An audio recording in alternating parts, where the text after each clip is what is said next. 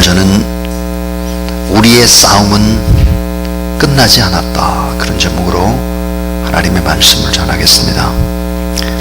여러분 한번 따라해 주십시오. 우리의 싸움은 끝나지 않았다. 여러분, 이 나라는 어느 나라일까요? 문맹률 1% 미만인 유일한 나라, 노약자 보호석이 있는 세계 5개국 중에 하나인 나라, 전쟁의 벼 속에서 50년 만에 비약적으로 발전한 지구상의 유일한 나라, 여성부가 존재하는 유일한 나라, 음악 수준이 가장 빠르게 발전하는 나라, 가장 단기간에 IMF를 극복한 나라, 인터넷 TV 최고속망이 가장 발전한 나라, 세계에서 가장 많은 발음을 표기할 수 있는 문자를 가진 나라, 최고의 교육률을 자랑하는 나라, 전문가 뺨치는 정보력을 가진 나라, 세계 11위의 경제대국, 세계 제2위의 세계 선교의 자랑스러운 나라, 성공적인 올림픽과 월드컵을 유치하고 그때마다 높은 성적으로 세계를 놀라게 한 나라, 국민의 90%가 국기를 소유하고 있는 유일한 나라, 유일한 남북 분단의 나라, 열심히 일하는 세계 제2위의 잠이 없는 나라, 다른 나라한테는 져도 일본한테는 절대 지기 싫어하는 나라, 소녀시대, 싸이, 김연아, 보아, 슈퍼주니어, K-POP 드라마, 또 별에서 온 그대, 태양의 후예 등으로 전세계 열풍을 일으키고 있는 나라, 에이즈에 걸린 환자에게 진료비뿐만 아니라 요양, 호스피스 등의 모든 의료 서비스를 제공하는 유일한 나라, 에이즈 환자 치료에 한 달이면 600만 원 이상 국민 혈세로 쓰는 나라, 에이즈 한 사람 그 환우를 간병하는데 1인당 월 180만 원이 드는데 현찰로 지원해주는 나라, 동성애 퀴어 축제를 가장 빠르게 받아들이고 있는 나라, 동성애 축제 부회를 열고 성찬식을 하고 서울시장 박원순 시장이 축사하는 나라, 젊은이들이 가장 빠르게 타락하는 나라. 여러분, 이 나라가 우리나라인 걸 여러분 잘 아시죠? 오늘 설교의 제목이 우리의 싸움은 끝나지 않았다입니다. 오늘 본문, 드디어 예루살렘 성벽 공사가 끝이 납니다. 그러나 여전히 해야 될 일들이 많고 아직도 대적의 세력들은 결코 들어갈지를 모릅니다. 싸움이 끝나지 않았죠. 계속해서 적대감을 품고 있습니다. 그런데 놀라운 기적이 이루어진 것이죠. 그래서 오늘 이 본문과 우리 한국적인 상황들을 잘 한번 생각해 보면 어찌 그렇게 기가 막히게 딱 맞는지 모르겠습니다. 자, 오늘 이 본문 속에서 네 가지를 생각해 보겠습니다. 첫 번째입니다. 따라하세요. 하나님은 뜻하신 바를 반드시 이루어 가십니다. 하나님은 뜻하신 바를 반드시 이루어 가십니다 하는 거예요. 하나님이 하신 일은 반드시 좋은 결과를 냈습니다. 하나님 모든 대적들을 꺾고 그들의 술수를 꺾고 결국은 하나님의 계획을 성취해 나가시는 것이죠. 52일 만에 기적적으로 성벽이 완공이 되는 것입니다. 자, 여러분, 52일의 승리라고 하는 것이 이게 얼마나 엄청난 얘기일까 하는 것입니다. 예루살렘 성벽이 처음에 세워진 것은 오늘 이 성경 본문이 얘기할 때 140년 전입니다. 자, 그러니까 140년 만에 다시 성벽이 재건된 것입니다. 얼마나 예루살렘 성이 위대한 성일까요 하는 거예요. 해발 600m의 고지대에 있는 성입니다. 이 성벽 밑에는 깊은 에도론의 골짜기가 있습니다. 그러니까 천혜의 요새와 같은 곳이죠. 그래서 아수르 제국의 세계 최공의 강대국인 아수르 제국의 사내립이 18만 5천의 군대로 예루살렘을 다 포위를 해버렸습니다. 그리고도 패전을 면치 못했습니다. 예루살렘 성이 그 정도의 성이죠. 또한 막강한 바벨론이 예루살렘 성을 함락시키는데 꼬박 2년이나 걸렸습니다. 자, 천하의 명장인 다윗도 이제 유다 나라를 세우고 나중에 이제 예루살렘 성을 정복을 하는데 큰 어려움을 겪습니다. 그러기 예루살렘 성이라고 하는 것은 아주 견고한 성이죠. 이건 140년 만에 재건을 하는데 52일이 걸렸다는 거예요. 그러니까 하나님은 뜻하신 바를 반드시 이루어 가신다 하는 것을 오늘 성경은 얘기하고 있습니다. 두 번째 우리에게 주는 교훈입니다. 자, 하나님이 뜻하신 바를 이루어가는데 거기에 사람이 필요했던 것이죠. 그래서 하나님을 경외하는 사람은 위대하게 쓰임을 받습니다 하는 거예요. 따라해 주세요. 하나님을 경외하는 사람은 위대하게 쓰임 받습니다. 그렇습니다. 하나님을 경외하는 사람이 위대하게 쓰임받죠. 느헤미야와 그를 따르던 이런 소수의 사람들은 정말 위대하게 쓰임을 받습니다. 그런데 그 과정이 너무 어렵습니다. 수많은 방해 공작이 안과 밖에 계속 있었고, 조롱과 핍박이 있었고, 기습 공격과 암살과 모함과 선지자를 매수해가지고 거짓 예언을 하고 유다 귀족들을 동원을 하고 회유하고 편지로 위협을 하고 중상모략과 악성 루머와 동서남북에 공격이 있었다 하는 거예요. 근데 이런 많은 어려움들을 하나님을 경외하는 그런 귀한 사람들을 통해서 하나님이 일들을 해갔다 하는 거예요. 시편 56편 4절에 보니까 내가 하나님을 의지하고 그 말씀을 찬송하올지라. 내가 하나님을 의지하였은즉 두려워 아니하리라 그랬습니다. 하나님을 경외하고 하나님을 두려워하는 사람들이 도구가 되어 하나님의 엄청난 기적의 역사를 이룰 수 있다 하는 거죠.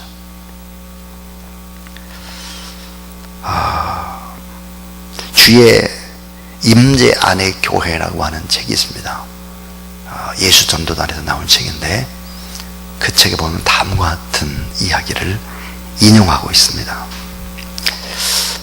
한때 오바마 미국 대통령이 한국의 교육에 대해 자주 언급하면서 미국이 한국을 배워야 한다는 말들을 자주 했습니다. 오바마 대통령의 한국 교육에 대한 강한 인상을 심어준 분이 한 분이 계신데 대통령의 입법 특별보좌관으로 임명된 크리스토퍼 강, 한국명 강진영 변호사입니다. 그는 강영호 박사의 둘째 아들입니다. 강영호 박사가 부시 대통령을 모신 마지막 날 그 아들이 새 대통령의 보좌관 자리에 올랐습니다. 한국 사람으로는 미국 정치계의 최고의 고위직에 진출한 것이죠.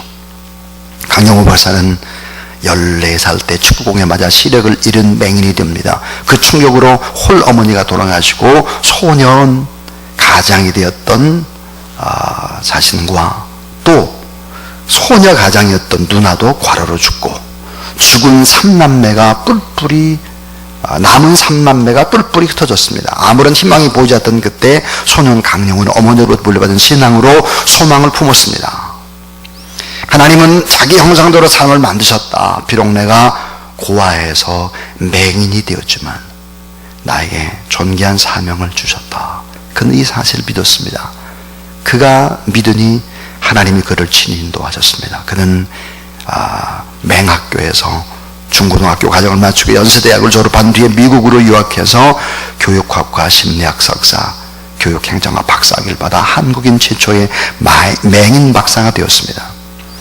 그는 실명이 자신뿐만 아니라 주변 사람에게 퍼지는 축복의 통로가 되었다고 간증을 했습니다. 오바마 대통령의 입법 특별보좌관이 된 그의 아들 강진영 씨는 이렇게 말했습니다. 제가 이 자리에 임명받은 것은 아버지 때문입니다. 어려서부터 사람들을 위해 봉사를 하셨고 어려운 사람들 돕는 것이 중요하다는 것을 가르쳐 주셨기 때문에 오늘 이 자리까지 하나님이 저에게 주어진 것입니다. 우리는 눈에 보이는 어려움에 눌리면 안 됩니다. 주님께 믿음으로 반응하면 반드시 기쁨을 주십니다. 그렇습니다. 여러분, 하나님을 경외하는 사람들은 시대마다 귀하게 쓰임을 받습니다. 그분이 고아가 되고 그분이 맹인이라고 할지라도 여호와 하나님을 잘 경외하게 되면 역사 앞에 아름답게 쓰임을 받게 되는 것이죠. 따라해 주세요. 내가 하나님을 의지하고 그 말씀을 찬송하올지라. 내가 하나님을 의지하였은즉 두려워 아니하리라. 하나님을 경외하는 사람을 정말 위대하게 역사는 쓰고 있다 하는 것을 성경은 얘기하고 있습니다. 자, 세 번째, 오늘 아주 중요한 설교의 포인트가 있습니다. 그것은 하나님을 경외하는 자에게는 평안과 용기를 준다 하는 것입니다.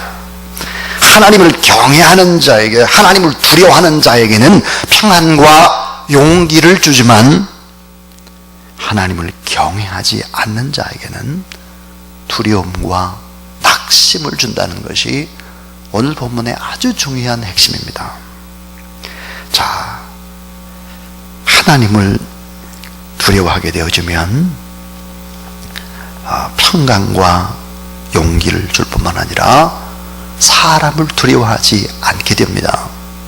근데 하나님을 우습게 여기게 되면 사람이 두려워지기 시작을 하고, 그리고는 오늘 이 본문에 보니까 낙심하게 되고 두려워하게 되고 절망하게 된다는 것을 얘기하고 있습니다. 오늘 본문 16절을 한번 봐주세요. 16절 한번 우리 같이 읽어볼까요? 자, 시작. 우리의 모든 대적과 주위에 있는 이방 족속들이 이를 듣고 다 두려워하여 크게 낙담하였으니 그들이 우리 하나님께서 이 역사를 이루신 것을 알미니라. 다 두려워했다 그랬습니다. 19절도 보니까 두려움으로 또 공격을 하려고 하고, 이 두려움이라는 단어가 나옵니다. 자, 두려워했다, 크게 낙담했다 하는 거예요. 그리고 안 믿는 사람들의 고백이 뭐냐? 이 성벽 건축을 140년 만에, 그것도 52일에 끝난 것은 이거 인간이 하는 일이 아니라 하나님이 하셨다, 이렇게 고백을 했다는 거예요. 자, 우리의 싸움이 있습니다. 우리의 전쟁이 있습니다. 그건 뭘까요? 하나님을 두려워하느냐, 인간을 두려워하느냐의 싸움입니다. 하나님을 두려워하느냐, 인간을 두려워하느냐의 싸움.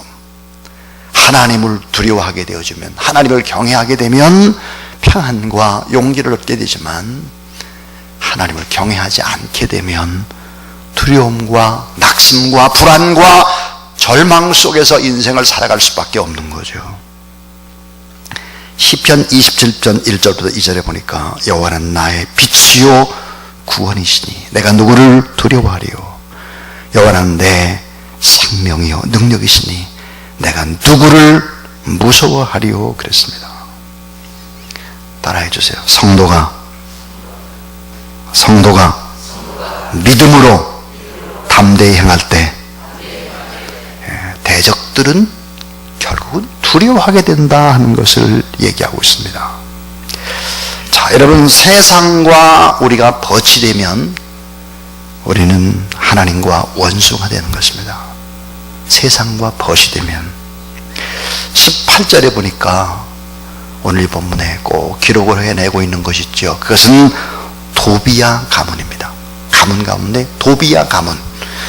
이 하나님을 대적하고 느헤미야를 아주 힘들게 공격을 했던 이 도비야 가문과 이스라엘의 귀족들이 바로 이제 결혼을 했다. 그래서 결국은 이 교활한 도비야를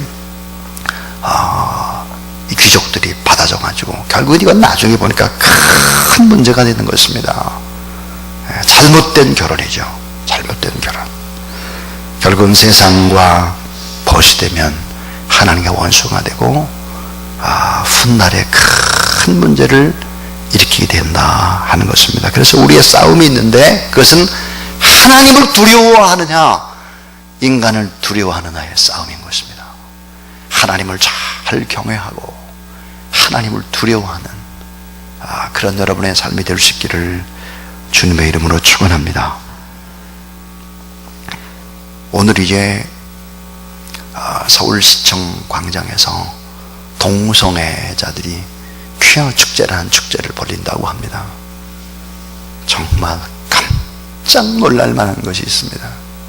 이게 뭐냐, 동성애라고 하는 이 창조 질서를 어지럽히는 엄청난 성적인 타락, 이 잘못된 것, 비성경적인 것이 급진전적인 기독교인들이 또 옹호하는 사람들이 나타나고 반대하는 사람들이 나타나고 동성연애 축제가 벌어지고 이 세 파의 싸움이 벌어지고 있습니다. 너무 안타까운 것은 이건 뭐 흘러가는 그냥 정보가 아니라 너무 정확한 정보입니다. 보니까 동성연애 축제를 찬성하는 이런 사람들이 성명서를 낸 거를 제가 보면서 깜짝 뒤집어지겠어요. 한국신학대학, 학부, 기독교 교육학과, 대학원, 막 이런 사람들 전부 다 감리교 신학대학 학부, 대학원생, 학우회, 전부 다. 장로회 신학대학도 보니까 어린 학부생들이 거기에 가담을 했고, 어떻게 펄펄 뛰고 절대로 가입을 안 할 것 같은 총신대 개혁신학이니 뭐니 난리치고 있는 이런 사람들이 보니까 대거 참여하는 거예요. 아예 총신대는 동성애 그 옹호하는 동아리가 있어요. 동아리. 그 동아리 애들이 2개나 있어가지고 참여를 해요. 기가 막힌 것은 3시 반에 그런 사람들이 동성애 축제 부흥회를 열어요. 그리고 성찬식을 해요. 그리고 서울시장인 박원순 시장이 와서 축사를 해요. 세상이 어떻게. 그래서 아직도 우리의 싸움은 끝나지 않았다는 거예요. 우리의 싸움은. 여러분, 이거 어찌 전부 다 젊은이들이 일어나는 거예요. 젊은이들이. 요즘의 젊은이, 잘못된 젊은이들. 참 안타까운 일들이죠. 우리는 하나님을 두려워하느냐 인간을 두려워하느냐의 싸움에 지금 직면해 있습니다. 자, 이제 마지막 4번째 이야기입니다. 따라해주세요. 성공 뒤에 최대의 위기가 찾아옵니다. 성공 뒤에 최대의 위기가 찾아오는 것입니다. 제가 아까 그랬어요. 대한민국이 1등, 2등 하는 세계의 유일한 나라, 엄청난 나라, 한강의 기적을 일으킨 나라, 우리 같은 나라, 민주화와 함께 경제화를 동시에 이룬 나라, 이런 나라 없습니다. 여러분, 대통령한테 막 삿대질하고 이런 나라는 없어요. 중국 그렇게 하면 다 잡아가죠. 그런 나라가 몇 개 없다니까요. 전 세계에. 얼마나 좋은 나라입니까? 한국만큼 안전한 나라가 없어요. 다녀보면. 여러분, 잘 어떤 분 몰라서 그래요. 한국이 뭐 이렇게 불안하다 그러는. 실제는 미국 가보면 엄청나죠. 미국의 시카고에 여러분 밤 7시에 활개치고 다운타운을 걸어다닐 수 있는 용기 있는 사람이 없습니다. 총 맞아 죽어요. 미국의 대도시가 대부분 다 그렇습니다. 뉴욕 그러면 뭐 세계의 중심지 아닙니까? 경제의 중심지 뉴욕. 뉴욕에 3번가. 전 거기 들었다 깜짝 놀라서 얼마나 으시시하고 그런데 겁이 오싹오싹 납니다. 한국이 얼마나 좋다는 걸 사람들이 잘 모르는 것 같아요. 그런데 이런 한국의 성공 뒤에 위기가 찾아온다는 게 위기. 성도가 방심을 하면 하나님의 축복을 도둑맞는다는 거예요. 자, 여러분, 성경이 말하는 가장 위대한 엄청난 성공과 함께 금방 따라오는 것이 위기다, 위기. 승리 이후, 축복 이후, 부흥 이후, 성공 이후, 잘된 이후에 위기가 언제나 찾아오는 거예요. 자, 여러분, 갈멜 산상에서 엘리야가 850대 1로 이 싸움에서 이깁니다. 그리고 결국은 노뎀나무 아래서 죽기를 호소하죠. 850대 1에서 엄청난 싸움에서 이기고 난 다음에 위기가 오는 거예요. 탈진해가지고 어때요? 나를 죽여주세요. 그렇게 하고 있어요. 여러분, 다윗의 인생의 최대 위기는 언제 찾아올까요? 그가 어때요? 사방에 있는 적군들을 다 물리치고 엄청난 왕이 됐을 때, 강성한 국가를 이룬 후에 도덕적인 위기, 밧세바야 사건이 터진다는 사실입니다. 여러분, 두려움과, 예수를 믿는 사람이 두려움이 있고 불안이 있고 이것이 계속될 때 위기가 찾아오는 것이 아닙니다. 성공 그 다음이죠. 잘 때는 그 다음입니다. 은퇴 그 다음에 위기가 찾아와요. 은퇴. 긴장이 늦춰질 그때죠. 사람들이 보통 이렇게 생각합니다. 열심히 일을 하고 나중에 노후가 되면 여행이나 다니고 룰루랄라 해야지. 이런 생각 자체가 잘못된 거죠. 예수 믿는 사람 자체가. 여러분, 예수 그리스도를 믿는 사람들이 여기 가서 뭐 맛있는 거 먹고 저기가 다니고 막 이런 걸 자랑하는 것은 부끄러운 것입니다.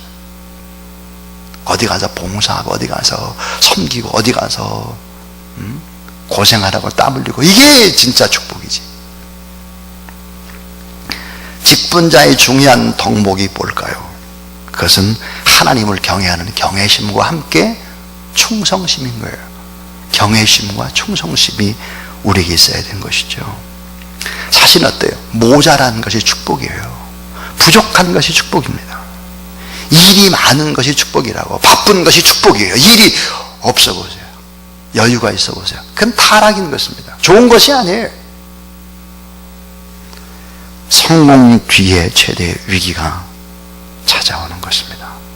오늘 이 본문에 느헤미야 7장 1절부터 4절에 보니까 성벽이 완공이 됐지만 느헤미야는 경계태세를 늦추지 않습니다. 자, 성벽에 문짝을 달고 2명의 예루살렘 통치자를 임명했습니다. 느헤미야는 그 2사람에게 해가 높이 뜨기 전에 성문을 열지 말고 파수꾼이 지키고 있을 때에도 성문 빗장을 지르라고 지시를 합니다. 그리고 또한 주민에게 각각 지정된 초소와 집 앞을 지킬 것을 당부합니다.